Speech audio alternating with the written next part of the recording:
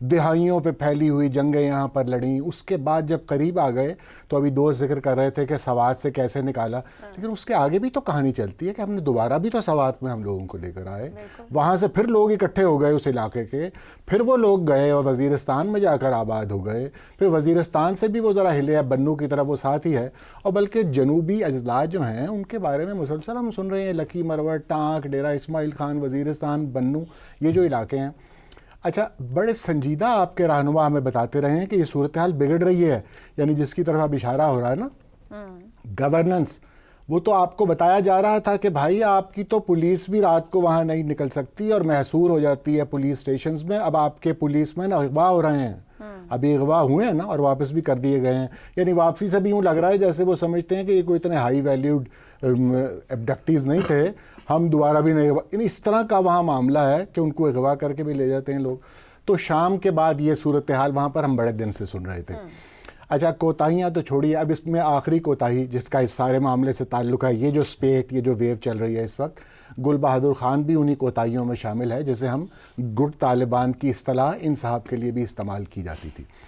اچھا, اب آ جائیے کہ جیسے ذکر ہوا کہ افغانستان میں یہ سارا انٹیلیجنس نیٹ ورک کی بات کی گئی ہے ایپیکس کمیٹی میں کل, جو انہوں نے کہا نا اوپر سے لے کر نیچے تک, اور ایک تھریٹ اسیسمنٹ سیل کا ذکر کیا گیا, اس کے نیچے پھر ڈسٹرکٹ تک وہ کہہ رہے ہیں کہ کوآرڈینیشن کمیٹیز اس کی بنیں گی. یہ سارا بالکل ٹھیک ہے, یہ ویل نیٹڈ ایک نظام پہلے تو اس میں موجود ہونا چاہیے, اور پھر اس کی ایکسٹینشن افغانستان میں, یعنی انٹیلیجنس جو ہے, ہماری انٹیلیجنس افغانستان میں زیادہ اسٹرینتھن کرنے کی ضرورت ہے, کیونکہ یہ دراصل انٹیلیجنس سے ہی پتہ لگتا ہے. اب دیکھیے نا, جب ایک دفعہ خود کش حملہ آور آپ کے درمیان آ جائے تو پھر اس کا دنیا میں کہیں کوئی علاج نہیں ہوتا. اس کو تو آپ انٹیلیجنس رپورٹ سے ہی روک سکتے ہیں.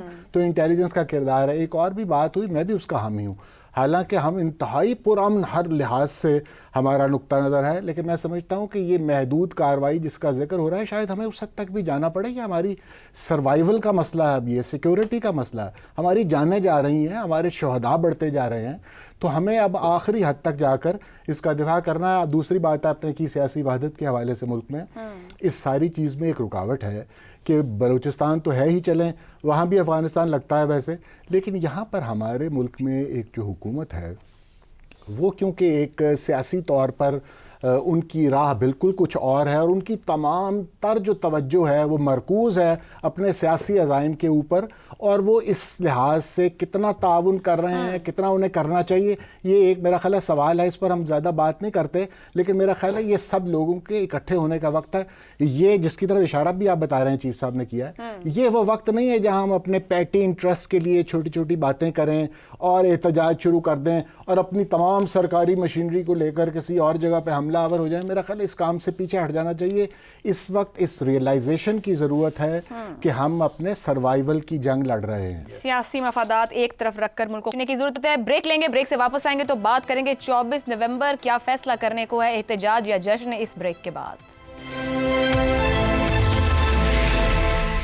پروگرام میں ایک بار پھر خوش آمدید. اسلام آباد ہائی کورٹ نے توشہ خانہ 2 کیس میں 10-10 لاکھ روپوں کے 2 مچلکوں کے عوض بانی پی ٹی آئی کی ضمانت منظور کر کے انہیں رہا کرنے کا حکم دیا ہے. فیصلے میں اسلام آباد ہائی کورٹ نے ضمانت کے بعد بانی پی ٹی آئی کو ٹرائل کورٹ میں پیش ہونے کا حکم دیا ہے اور کہا ہے کہ ٹرائل کے دوران اگر عدالت سے تعاون نہ کیا تو ضمانت کا حکم واپس ہو سکتا ہے. بانی پی ٹی آئی اور ان کی اہلیہ بشرا بی بی کو 13 جولائی کو عدت کیس میں بری کیے جانے کے بعد اس کیس میں گرفتار کیا گیا تھا, جبکہ گزشتہ ماہ اسلام آباد ہائی کورٹ نے سابق خاتون اول کی اسی کیس میں ضمانت منظور کی تھی, جس کے بعد انہیں رہا کر دیا گیا. بانی پی ٹی آئی گزشتہ سال 5 اگست کو توشہ خانہ 1 کیس میں گرفتار کیے جانے کے بعد سے اڈیالہ جیل میں قید ہیں. اب بانی کے وکلاء سلمان صفدر اور فیصل چودھری کا کہنا ہے کہ عمران خان کی سارے مقدمات میں ضمانت ہو گئی ہے, وہ اڈیالہ جیل میں کسی اور کیس میں گرفتار نہیں. پاکستان میں سیاستدانوں کے خلاف مقدمات اور عدالتی فیصلوں کا بھرپور پس منظر رہا ہے.